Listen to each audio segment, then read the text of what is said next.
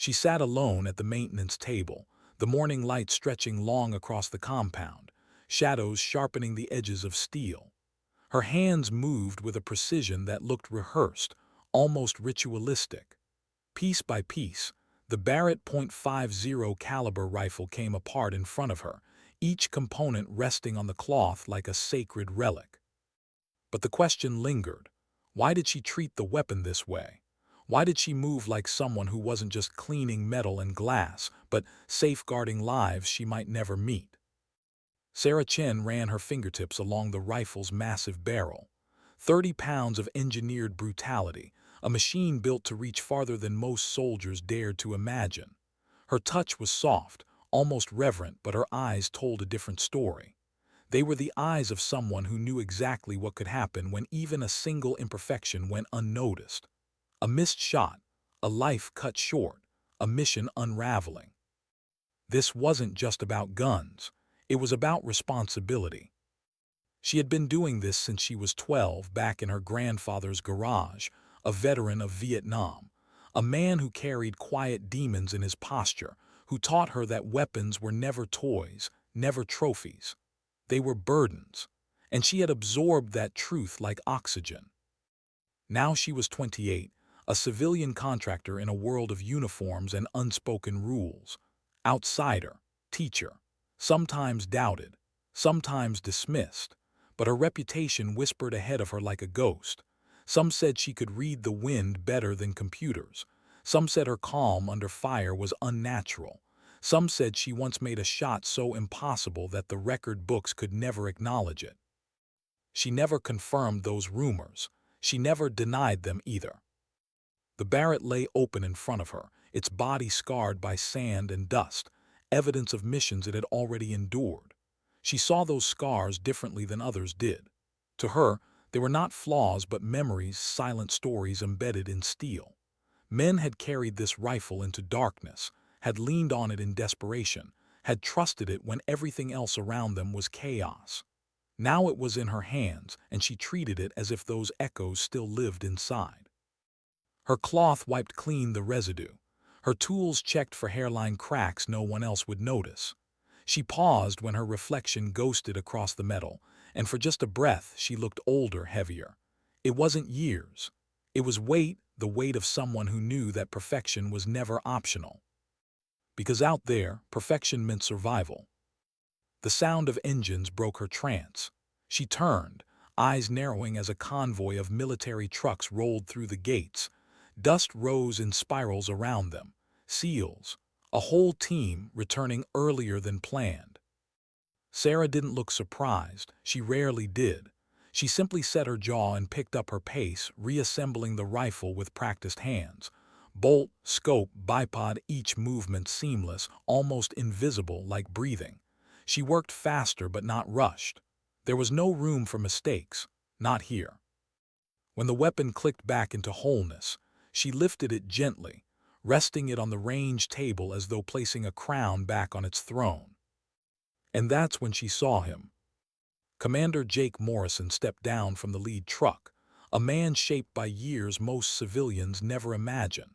35 years old, eyes carved sharp by deserts, mountains, and battlefields that would never be marked on a map. His presence carried a weight his men recognized immediately, but as his gaze moved across the compound, it stopped on her. He didn't expect her. To Morrison, civilian contractors usually meant paperwork, technical lectures, maybe a helpful tip or two. But the woman standing by the Barrett wasn't posturing, wasn't fumbling to impress. She looked like she belonged. The way she handled the rifle wasn't mechanical. It was intimate. And in that instant he knew she wasn't just another civilian. Still, skepticism was his instinct. It always was. He'd led too many missions to put faith in whispers. Stories about some woman who could outshoot his best snipers sounded like myth soldiers traded at bars. Legends grew in the absence of facts, and legends rarely survived reality. So he watched. The commander listened to the facility's briefing, a rundown of training schedules, objectives, safety notes, but his attention kept drifting back to her. Chen, the instructor, That was her name. She never looked up during the briefing. She was lost in the rifle, finishing her work like a surgeon repairing a heart. Every screw tightened with the same calm, every movement purposeful. He had seen armorers, seen meticulous men who could strip weapons blindfolded. But this was different. It was personal. When the briefing ended, Morrison approached. Dust crunched under his boots and Sarah finally lifted her eyes. They met his without hesitation. No deference, no flinch, just calm acknowledgement. "Commander Morrison," she said, voice steady, extending her hand. Her handshake surprised him. Firm, centered, not a hint of nerves. Most civilians hesitated under the stare of SEALs, not her. "I've heard stories about you," he said, tone flat, measuring. Her lips curved into something close to a smile, small, controlled, as if she'd heard that line before. "Stories don't matter, Commander. Results do."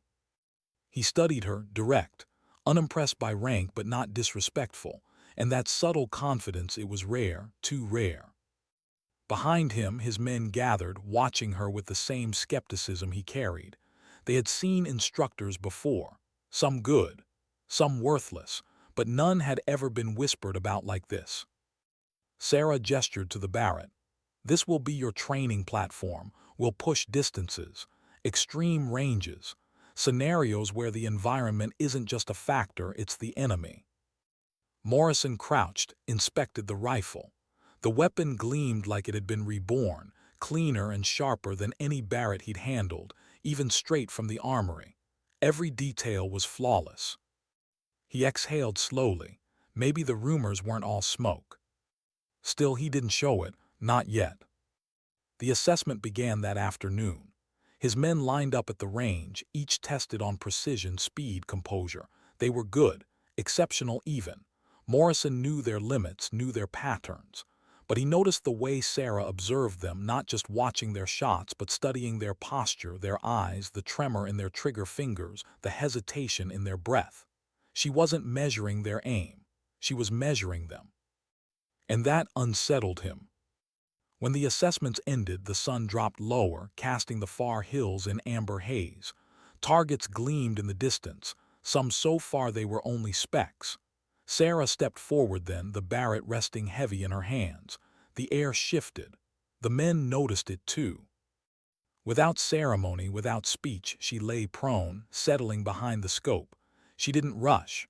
She didn't even look hurried. Her breathing slowed, deep, controlled. Her finger brushed the trigger with the softness of someone touching a fragile thread. The first shot cracked, echoing across the range. A pause. Then the spotter's voice cut through. "Hit." Not just a hit, dead center, at 1,600 meters. The men exchanged glances.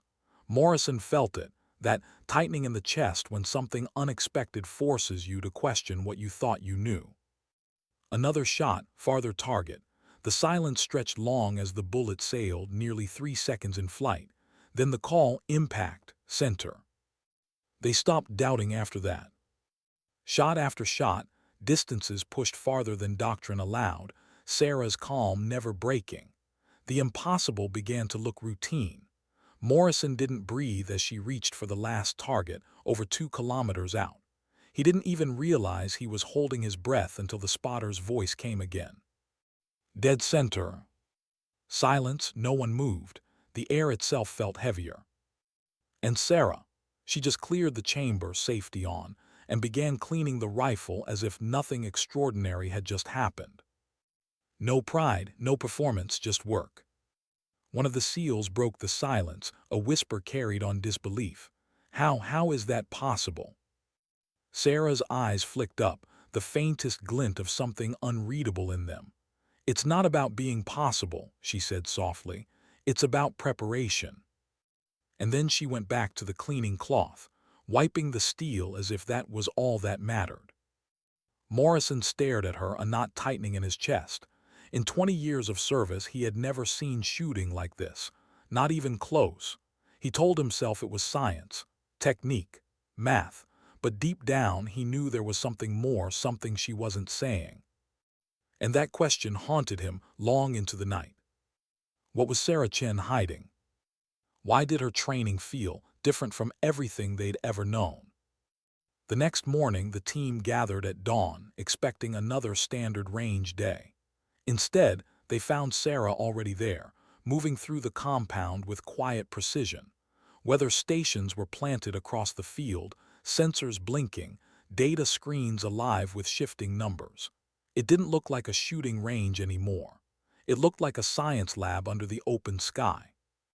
Morrison stood back, arms crossed, watching.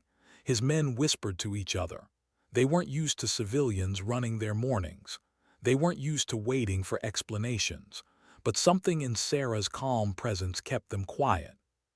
She didn't start with rifles. She didn't start with orders. She started with a question. How many of you believe that a bullet only listens to you? The men exchanged glances. A few chuckled under their breath. One shrugged. Sarah waited. The silence stretched until even the laughter felt wrong. Then she spoke. A bullet doesn't obey you. It obeys the air, the spin of the earth, the pressure you can't see. Out here, you're not commanding anything, you're negotiating. She led them into a makeshift classroom, charts and diagrams pinned along the walls, equations, wind patterns, ballistic arcs traced in looping ink. Morrison had seen plenty of technical briefings in his career, but none like this. Sarah spoke as if physics were alive, as if the world itself breathed against every shot. The Coriolis effect, she explained, her finger tracing a curve on the chart. Earth's rotation.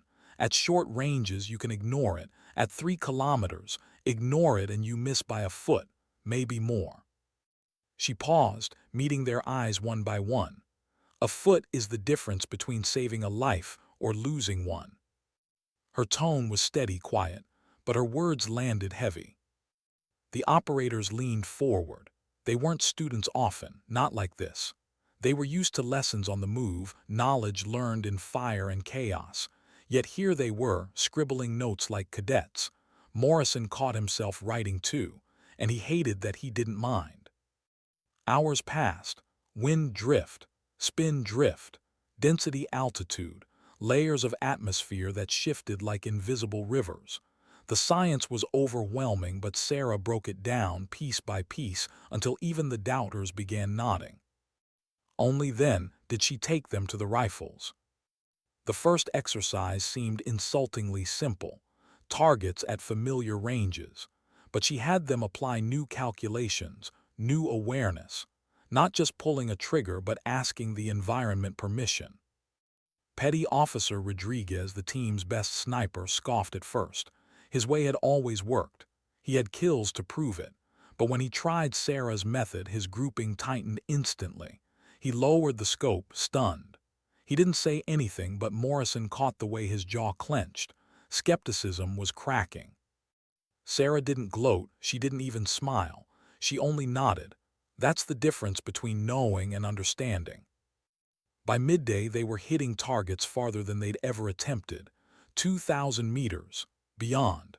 The spotters' calls came back clean, one after another, hits that shouldn't have been possible. Morrison studied his men. Hardened operators who rarely showed emotion now looked like boys rediscovering wonder. Pride glimmered in their eyes, but so did something else. Respect. And yet, Sarah's lessons went beyond math. In the shade of the range, she gathered them in silence. Your weapon is not steel, it's not even the bullet. Your weapon is your mind. Under fire, under chaos, under fear, that is what breaks, or doesn't. She taught them breathing techniques, not just control, but rhythm, almost meditative. She had them lie still, eyes closed, counting heartbeats until the world narrowed to a single point. She pushed them to embrace silence, to sit with their own pulse. Some shifted uncomfortably, restless. Others leaned into it. Morrison, against his own instincts, found himself breathing slower than he had in years. Clarity, she said softly. That's what keeps your hands steady when the world screams at you to rush. The exercises grew harder, shooting under time limits, shooting after running until their lungs burned, shooting with distractions, noise, even physical discomfort. She piled stress on them, then expected precision, and to their shock, it worked. Morrison watched one of his youngest operators, Williams, strike a target at 1,800 meters after stumbling into position, sweat pouring, hands trembling. The moment the shot landed, Williams froze, then looked back at his commander, his face caught between disbelief and pride. Sarah said nothing. She only adjusted her notes. That silence said more than praise ever could. As the sun dipped low, painting the hills gold, the men packed their gear with a hum of energy Morrison hadn't heard in years. They weren't just better, they were different. But beneath the pride, a question gnawed at him. Where had she learned this? The realism of her drills, the subtle pressure of her scenarios, the way she spoke of wind and silence as if they were old enemies she'd survived. This wasn't just competition shooting. This was something else, something lived. That night during maintenance, the truth nearly cracked open. Sarah moved through her routine as always, hands methodical over the Barrett. Chief Thompson, wiping his own rifle, spoke without thinking. "Ma'am, with respect, you train like someone who's been there, out there, but your file says competitions, civilian." The words hung heavy. The men glanced up, curious.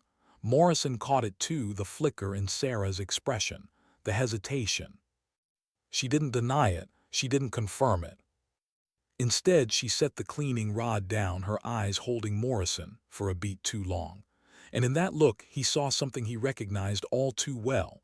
Not pride, not arrogance, something darker. The look of someone who had made decisions that never left them.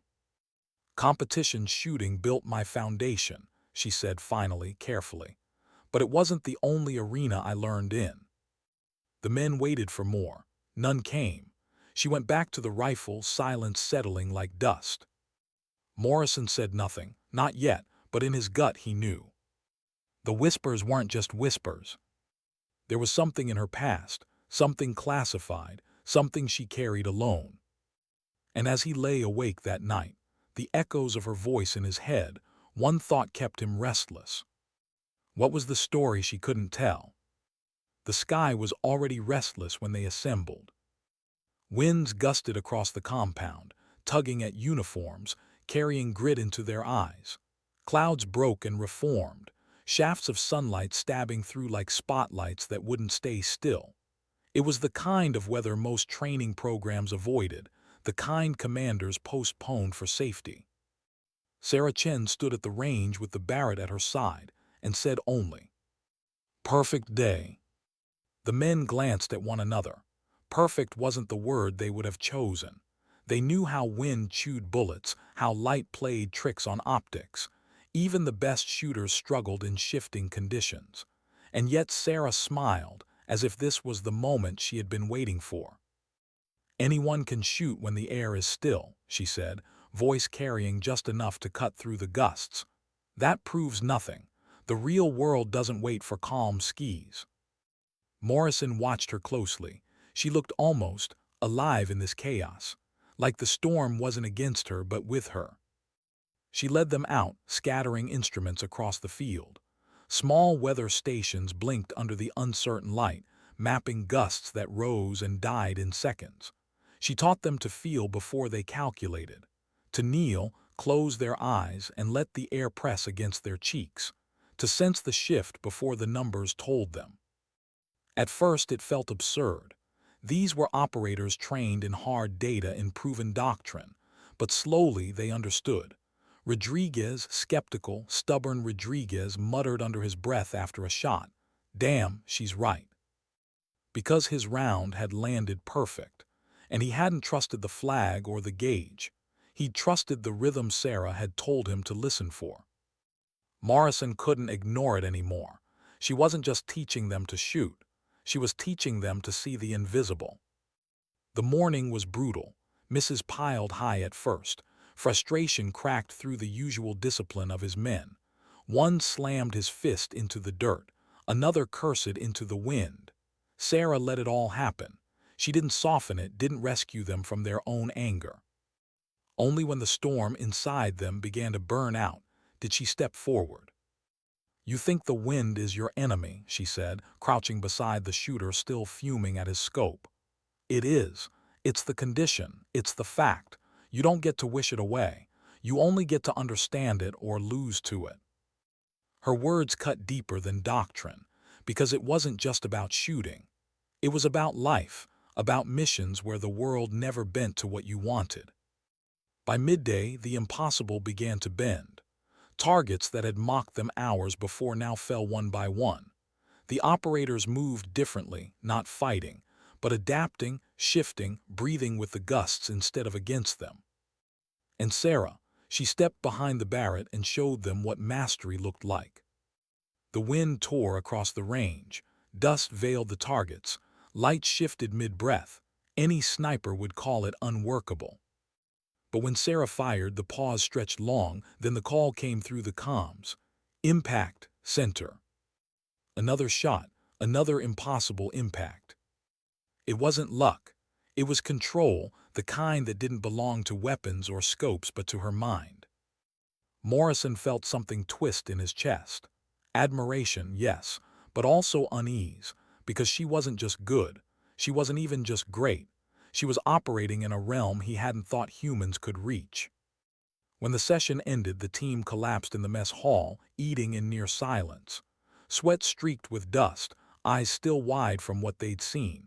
Rodriguez finally broke it. She shoots like she's lived this, he muttered. Not just studied it, not just practiced, lived it. The others nodded, but no one looked at Sarah. She wasn't there. She had slipped away, as she often did, to the solitude of her workbench. Morrison found her there later, the cloth already running down the length of the Barrett's barrel. It was always the same, as if cleaning the weapon was part of her breathing. "You've been in combat," he said quietly. Not a question, not an accusation, just fact. Her hand froze for the briefest moment, then kept moving. "Combat isn't the only teacher," she said. He stepped closer, the air between them heavy, charged. "But it is one, isn't it?" Sarah set the rifle down. For the first time, she met his eyes and didn't look away. There was no deflection in her gaze, no easy dodge, just a silence that admitted more than words could. Morrison recognized it instantly. He'd seen it in men who carried stories they could never tell, in women who had made decisions no one outside their unit would ever know. That silence was heavier than confession. But then she blinked and the wall went back up.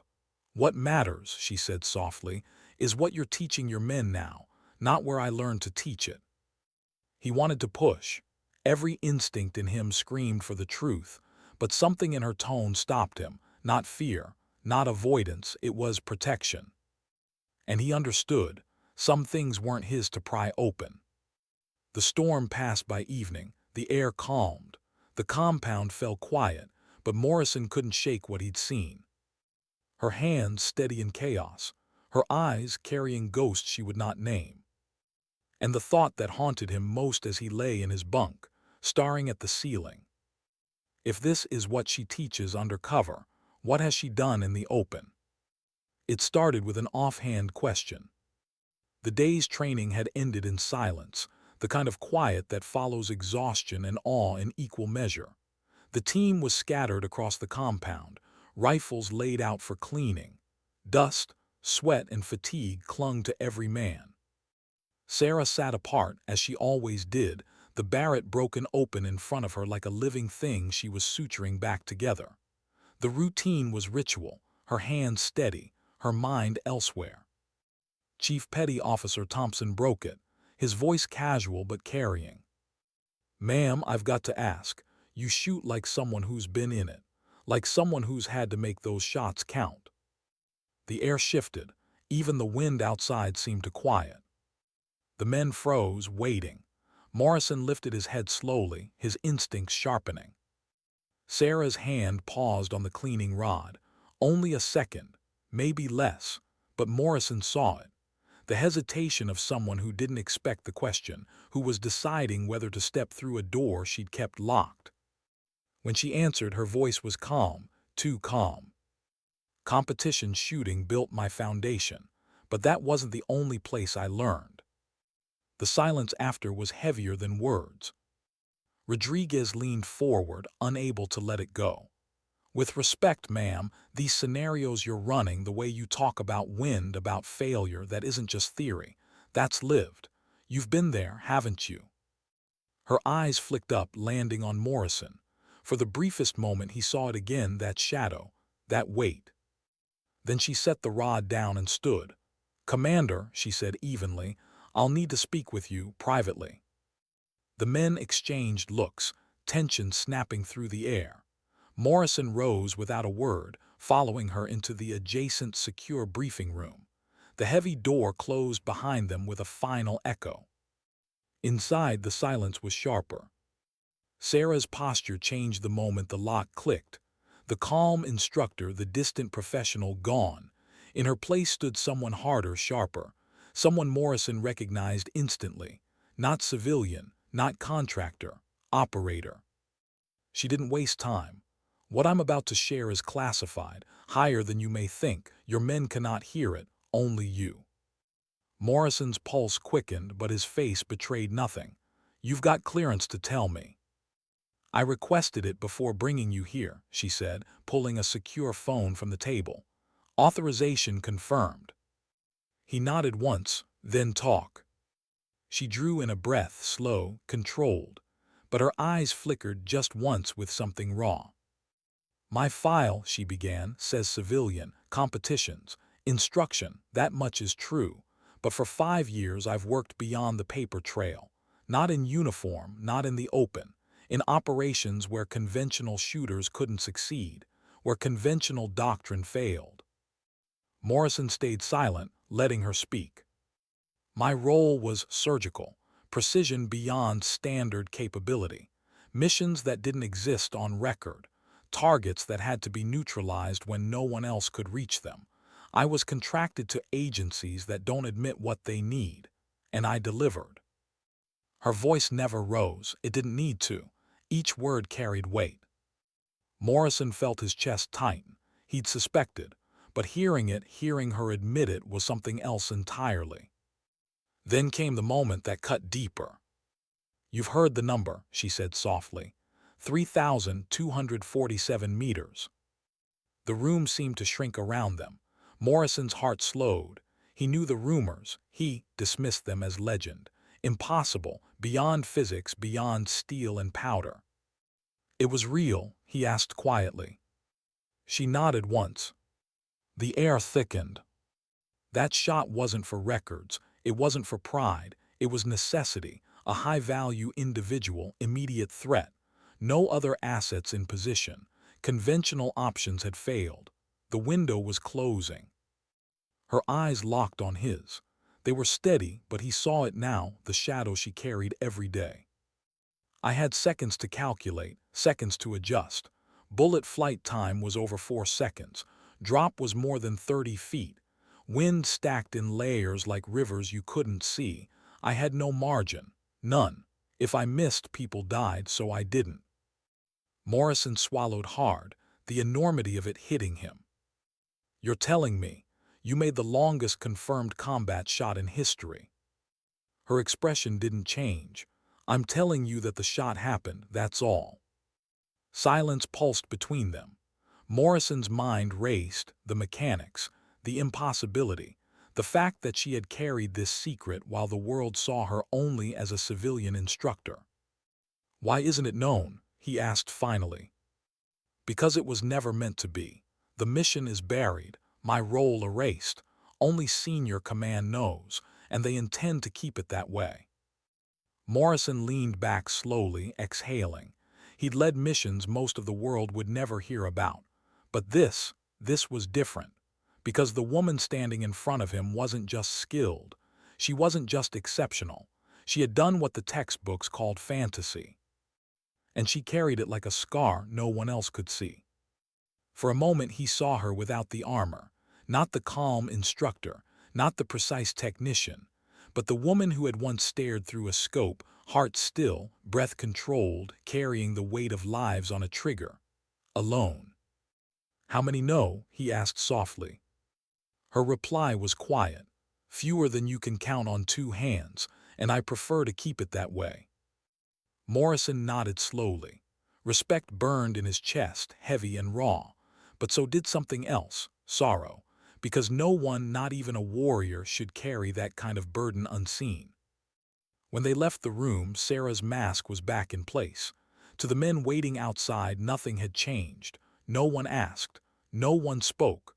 Morrison only said, "You're training under someone who's been tested in ways you can't imagine.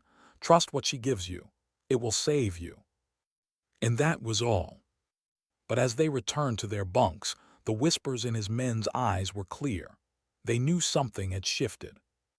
That night, Morrison lay awake, the number etched into his mind. 3,247 meters.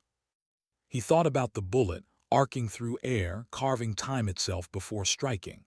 He thought about the stillness it required, the focus, the clarity beyond fear. And most of all, he thought about the woman who had pulled the trigger, and then walked away, unrecognized, unnamed, her record sealed in silence. Sometimes, he realized, legends weren't born, they were buried. 6 months later, the desert night was sharp with silence. Morrison stood in the dim glow of the operations tent, briefing papers scattered across the table, the satellite feed painting ghostly light across his face. His men gathered close, their eyes locked on the maps and diagrams. The air carried that thick stillness that always came before a mission. The objective, a hostage rescue. Remote compound, hostile territory, terrain that left little margin for error. The complication. The only viable overwatch point sat nearly 2,800 meters from the target building. Before Sarah Chen, that number would have been dismissed as fantasy. Before her, doctrine would have demanded an entirely different plan, closer insertion, higher risk, heavier casualties. But now Morrison's men spoke with a confidence he'd never heard before. Rodriguez, the team's sniper, leaned over the map, tracing the ridgelines with a practiced hand. His words were sharp, analytical. "We've got elevation advantage here. Wind channeling east to west across the valley. Density altitude gives us a little forgiveness, but we'll need to factor spin drift. Atmospheric layers will split at about 1,200 meters out." The others nodded, following, calculating in real time. Terms that had once sounded like academic noise now rolled off their tongues like instinct. Sarah's voice lived in them. Morrison listened, pride rising unbidden in his chest. They weren't just soldiers anymore. They were thinkers, calculators, shooters who didn't simply react, they understood. And that changed everything. The mission unfolded under moonlight. They moved silent across the rocks, every step deliberate. The overwatch point loomed high above the valley, wind tearing across it in irregular bursts, exactly the kind of conditions that used to break them. Rodriguez set up his rifle, steadying his breathing. Morrison lay beside him, glassing the compound through his scope. The hostages were inside, guarded, the timing narrow. The shot needed to open the door. Clean, perfect. Rodriguez exhaled, hands still, target acquired. The crosswinds were vicious, shifting second by second. Morrison could feel the doubt clawing at the edges of his mind, the old instinct to say it was too far, too unstable. But Sarah's lessons echoed inside him. The wind isn't your enemy, it's a fact. Negotiate. Rodriguez whispered his adjustments, spoke his calculations under his breath. Coriolis, density, drift. He wasn't guessing, he wasn't hopping, he was certain. The trigger broke. The bullet vanished into the night. For 3 endless seconds, nothing. Just silence, just breath, just Morrison's heart pounding in his chest. Then the call came in his earpiece. Target neutralized. Perfect, clean. The compound erupted in confusion, guards scattering, the entry team surging forward in the chaos. The mission flowed exactly as rehearsed, exactly as planned, because the impossible shot had cracked the lock wide open. Within minutes, hostages were secured. No casualties, no compromise. When the helicopters roared them out, Morrison sat back in the vibration of the cabin, looking at his men. Their faces carried exhaustion but also something else, quiet pride, the kind Sarah had carried every day. No one outside would know. No report would detail the shot. The debrief would list it as tactical success, intelligence preparation, clean execution. The truth would stay buried. But Morrison knew. He knew that without Sarah, that night would have gone differently. That they would have written names on stone instead of carrying men out alive. Back at base, as the after-action report filled with bland language, Morrison found himself staring at the words, "Operation successful. No friendly casualties." His pen hovered. He wanted to write her name. He wanted to mark the truth that a woman no one in that room knew had saved lives without ever leaving her compound. But he couldn't. Her story was never meant to be written. Instead, he folded the report closed and thought of her sitting at her workbench, cloth in hand, whispering through steel. Thought of her eyes when she admitted what she'd done. Sometimes legends weren't shouted.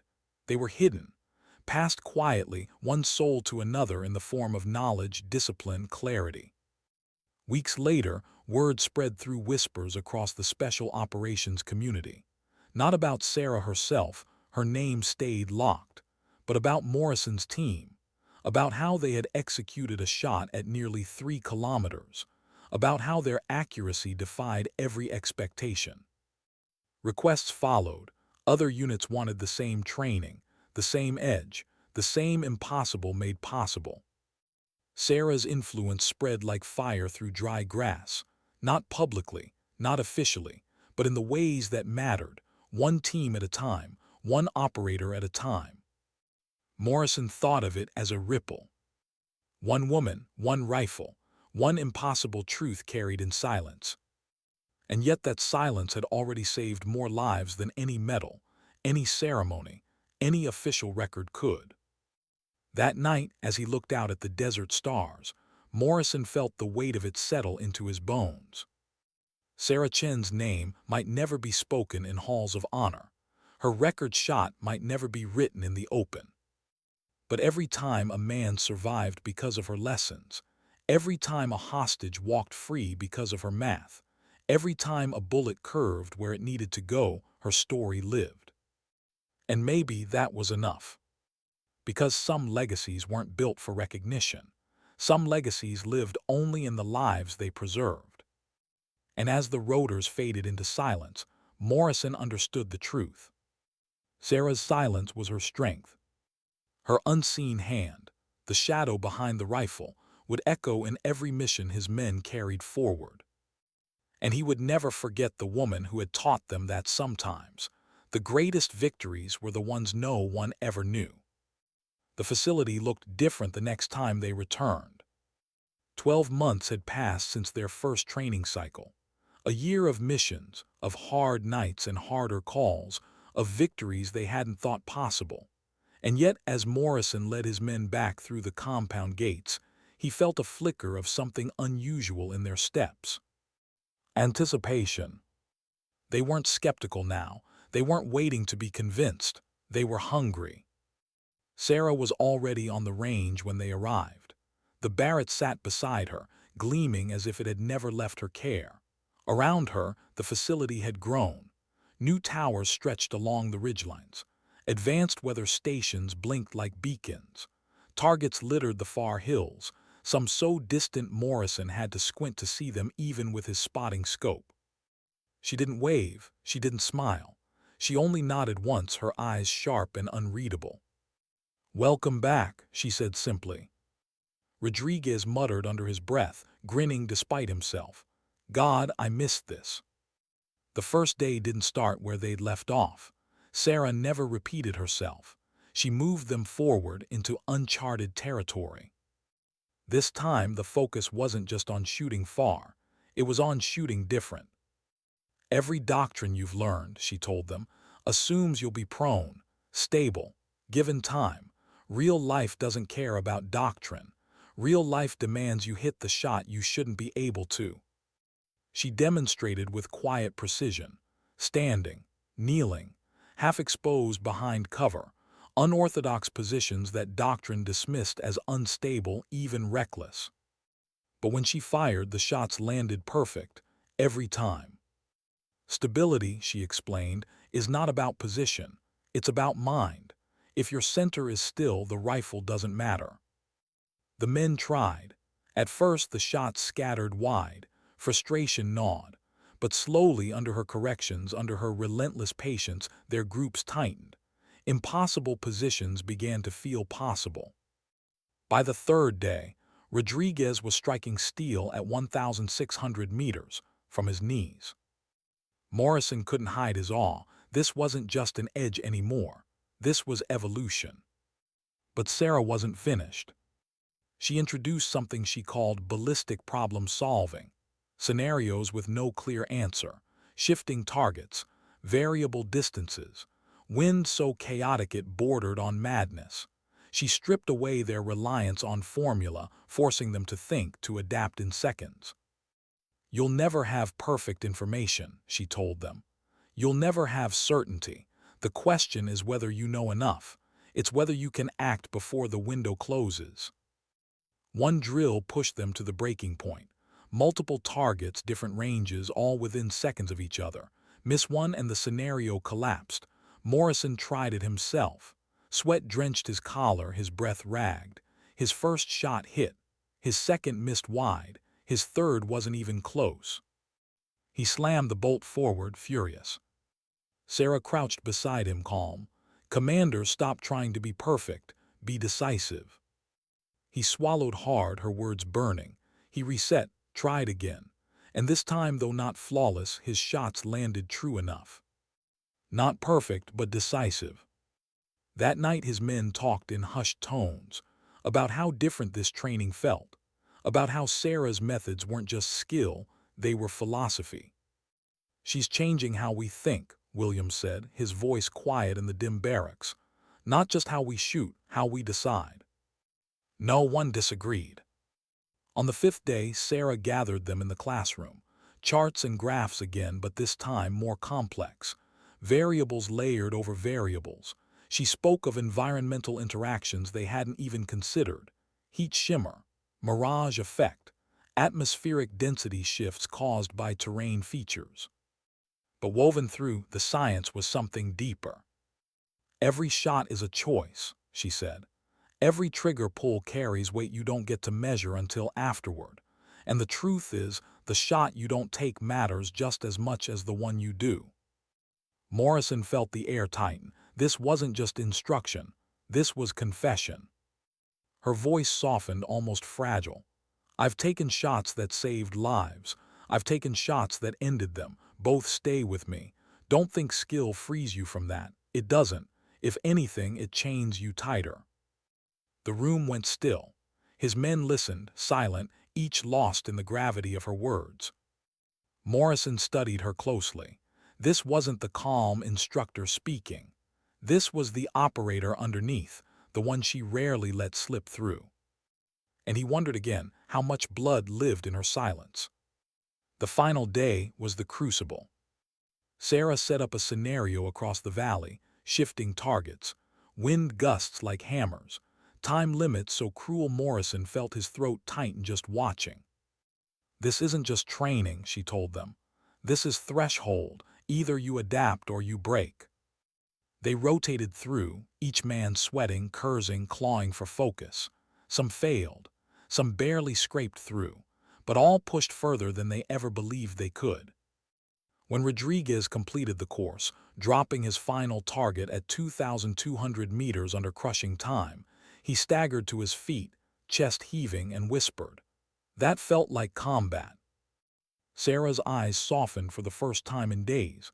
"That's because it is." When it ended, the men were drained, their bodies heavy, their minds stretched thin.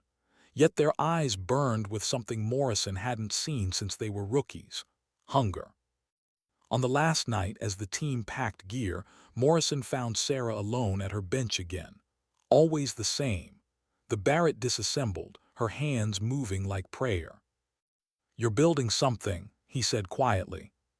She didn't look up, What do you mean? Not just us, not just training.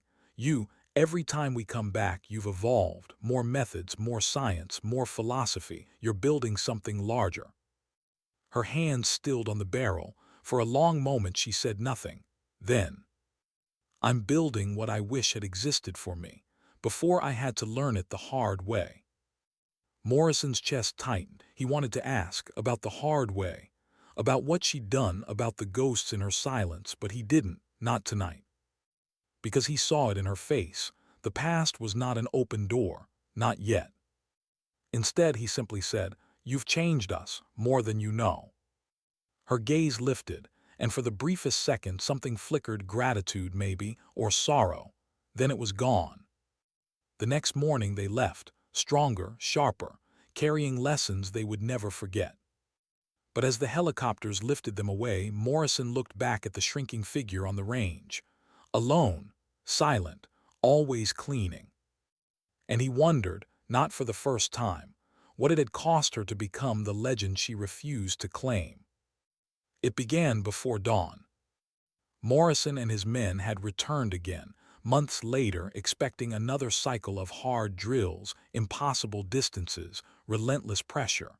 They thought they knew what awaited them. But when they stepped onto the range that morning, the sight stopped them cold. The facility had transformed.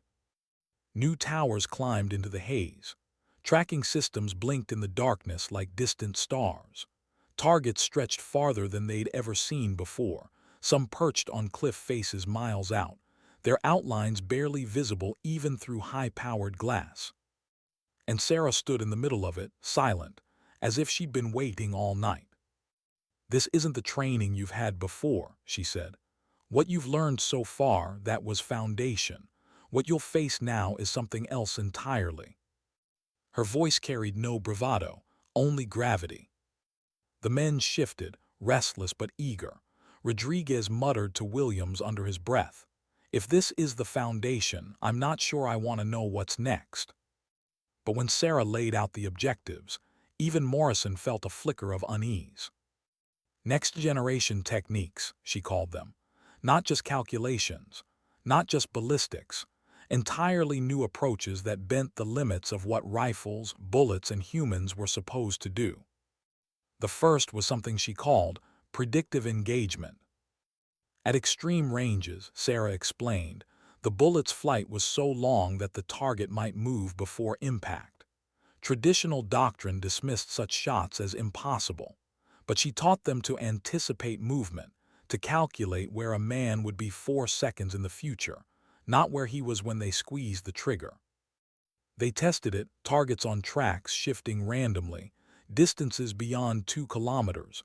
The first attempts were chaos, shots missed by yards, timing felt impossible. Then Sarah stepped forward, settled behind the Barrett. She fired. The target shifted mid-flight, its pace unpredictable, but when the round struck, the steel rang true, perfect. The team stared. She looked up, her voice quiet. "You're not shooting at what you see, you're shooting at what will be." It rattled them, because it wasn't just skill. It was foresight. It felt less like shooting and more like chess, predicting an enemy's move before he made it. The drills grew harder. Sarah layered chaos on top of chaos. Wind shifts, moving targets, multiple ranges. She stripped away every comfort zone, every margin of certainty. By midday, Rodriguez was trembling, sweat streaming, his pride nearly broken. He flung his hands off the rifle after another miss. "It's not possible. No one can." "Then stop thinking like no one," Sarah cut in, her tone sharp for the first time. Her words struck him harder than any rebuke. He reset, adjusted, fired again. The round landed close enough to count. His eyes widened, breath sharp. For the first time, he believed. But the training wasn't only technical. Sarah began weaving something darker into her lessons, pieces of her past, fragments of confessions she hadn't dared give before. Between drills, she spoke of nights lying prone in sand that froze her skin, waiting hours for a single shot. Of missions where the silence was heavier than gunfire, where the choice wasn't whether to fire, but whether not firing would cost more lives. She never gave specifics, no names, no places, but the weight in her voice made it clear every word was carved from memory. Morrison watched her carefully.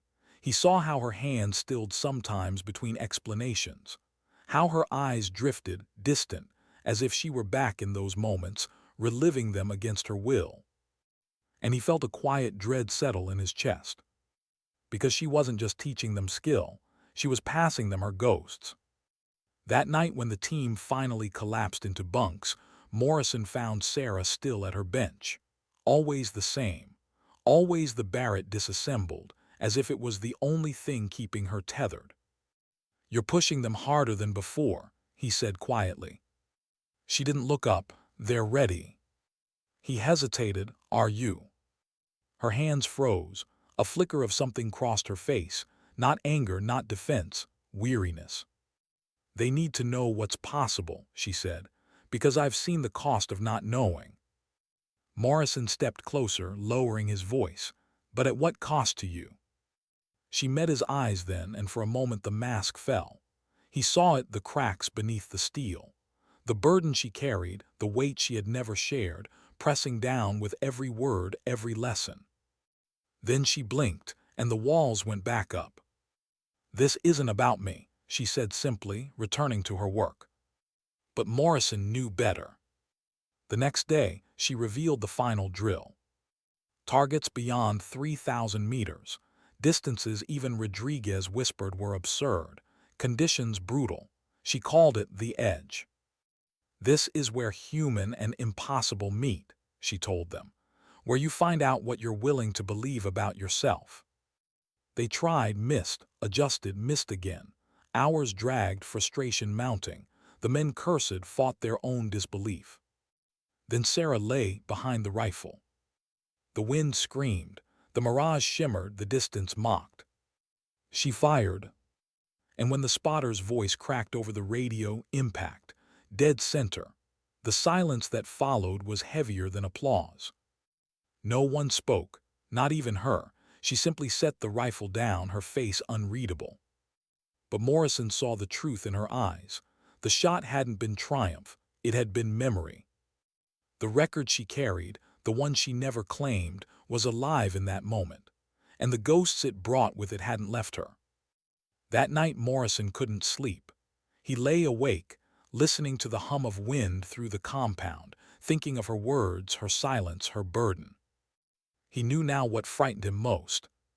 Sarah wasn't teaching them because she wanted to. She was teaching them because she had to. Because if she didn't pass it on, the cost she had paid would mean nothing.